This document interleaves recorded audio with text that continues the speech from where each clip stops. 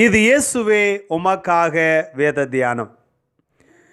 இந்த நாட்களிலே நாம் அநேக குடும்பங்களை குறித்து நாம் படிக்க தியானிக்க நம்முடைய தேவனாகிய கர்த்தர் கடந்த நிகழ்ச்சிகளிலே ஆமேன் அறிய தேவன் நமக்கு கிருபை தந்தது போல இந்த நாட்களிலும் ஆமேன் இந்த நாளிலே நாம் லோத்துடைய குடும்பத்தை குறித்து நாம் இந்த நாளிலே தியானிக்கலாம். நம்முடைய தேவனாகிய கர்த்தர் நம்மை ஆசீர்வதிப்பாராக. ஆமேன்.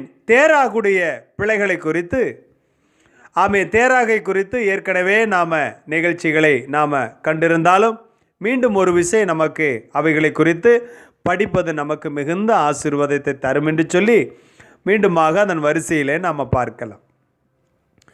தேராகுடைய பிள்ளைகளை குறித்து ஆதியாகமத்தின் புஸ்தகம் 11ஆம் அதிகாரம் 26வது வசனத்திலே தேராகுடைய பிள்ளைகளை குறித்து எழுதப்பட்டிருக்கிறது. முதலாவதாக ஆபிராம் அல்லது ஆபிரகாமை குறித்து ஆதியாகமத்தின் புஸ்தகம் 12ஆம் அதிகாரம் 7வது வசனத்திலும் 15ஆம் அதிகாரம் 1 வசனத்திலும் 6வது வசனத்திலும் 17ஆம் அதிகாரம் 5வது வசனத்திலும் யாக்கோப்பு நிருபத்திலே 2ஆம் அதிகாரம் 23வது வசனத்திலும் ஆபிரகாமை குறித்து எழுதப்பட்டிருக்கிறது.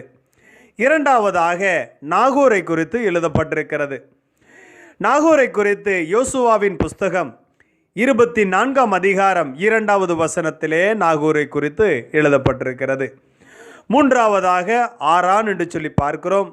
ஆரானை குறித்து ஆதியாகமத்தின் புஸ்தகம் 11ஆம் அதிகாரம் 27வது வசனத்திலும் 28வது வசனத்திலும் ஆமேன் ஆரானை குறித்து எழுதப்பட்டிருக்கிறது.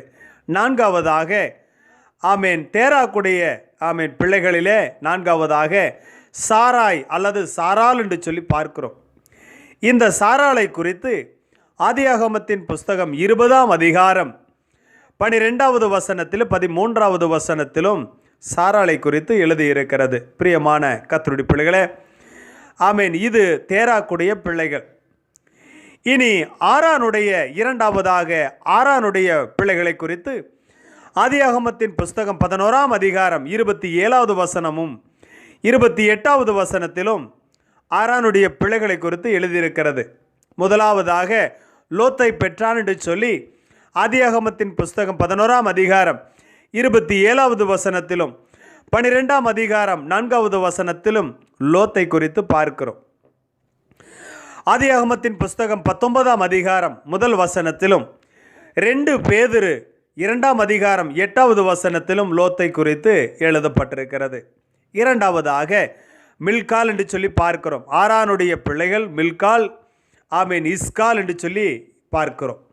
இவர்களை குறித்து ஆதியாகமத்தின் புஸ்தகம் 11ஆம் அதிகாரம் 29வது வசனத்திலும் 22ஆம் அதிகாரம் 20வது வசனத்திலும் 24ஆம் அதிகாரம் 15வது வசனத்திலும் இவர்களை குறித்து எழுதப்பட்டிருக்கிறது. மூன்றாவதாக லோத்தின் மனைவி மற்றும் பிள்ளைகளை குறித்து ஆதியாகமத்தின் புஸ்தகம் 19ஆம் அதிகாரம் 37வது வசனத்திலும் 38வது வசனத்திலும் இவர்களை குறித்து நம்மால் பார்க்க முடிகிறது. முதலாவதாக லோத்தின் மனைவியை குறித்து ஆதியாகமத்தின் புஸ்தகம் 19ஆம் அதிகாரம் 15வது வசனத்திலும் 26வது வசனத்திலும் லோத்துவின் மனைவியை குறித்து லூக்கா 17ஆம் அதிகாரம் 32வது வசனத்திலும் லோத்துவினுடைய மனைவியை குறித்து எழுதப்பட்டிருக்கிறது.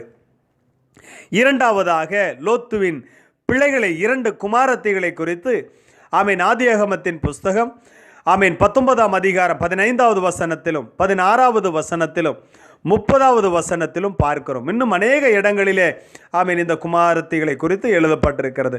பிரியமான கர்த்தருடைய பிள்ளைகளே, இதுவே லோத்தினுடைய பிள்ளைகள். லோத்துவுக்கும் தன் 2 குமாரத்திகளுக்கும் பிறந்த பிள்ளைகளை குறித்து ஆதியாகமத்தின் புஸ்தகம் 19ஆம் அதிகாரம் 37வது வசனத்திலும் 38வது வசனத்திலும் எழுதப்பட்டிருக்கிறது. சோத்திரம். முதலாவதாக கொடுக்கப்பட்டிருக்கிற பெயர் மோவாப் என்று சொல்லி பார்க்கிறோம். வேதாகமத்திலே அநேக இடங்களிலே மோவாப்பியர்களை குறித்து நாம் வேத வசனங்கள் மூலமாய் படிக்கிறோம், பிரசங்கத்தை கேட்கிறோம். இந்த மோவாப்பியர்கள் லோத்துவினுடைய பிள்ளைகள் மூலமாக பிறந்த பிள்ளைகள் என்று சொல்லி இந்த வேத வசனங்கள் மூலமாய் பார்க்கிறோம்.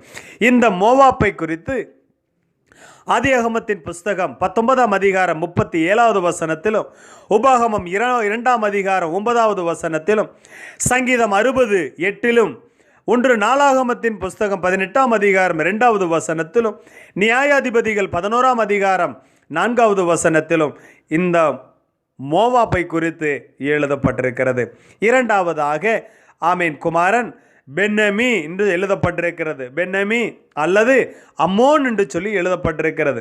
இவனை குறித்து ஆதியாகமத்தின் புஸ்தகம் 19ஆம் அதிகாரம் 38வது வசனத்திலும், நெகேமியா 13:1வது வசனத்திலும், செப்பனியா 2:9லும், உபாகமம் 2:19லும் ஆமேன் இந்த ஆமேன் அம்மோனை குறித்து எழுதப்பட்டிருக்கிறது. பிரியமான கர்த்தருடைய பிள்ளைகளே, இவ்வளவே ஆமேன் லோத்துடைய குடும்பத்தின் விவரங்களாக இருக்கிறது. நான் அடுத்த நிகழ்ச்சியிலே அடுத்த குடும்பத்திலே சந்திக்கும் வரையிலும் நம்முடைய தேவனாகிய கர்த்தர் நம்மை ஒவ்வொருவரையும் அற்புதமாய் ஆசீர்வாதமாய் வழி நடத்துவாராக. நான் அடுத்த குடும்பத்திலே சந்திக்கிறேன். ஆமேன். God bless you.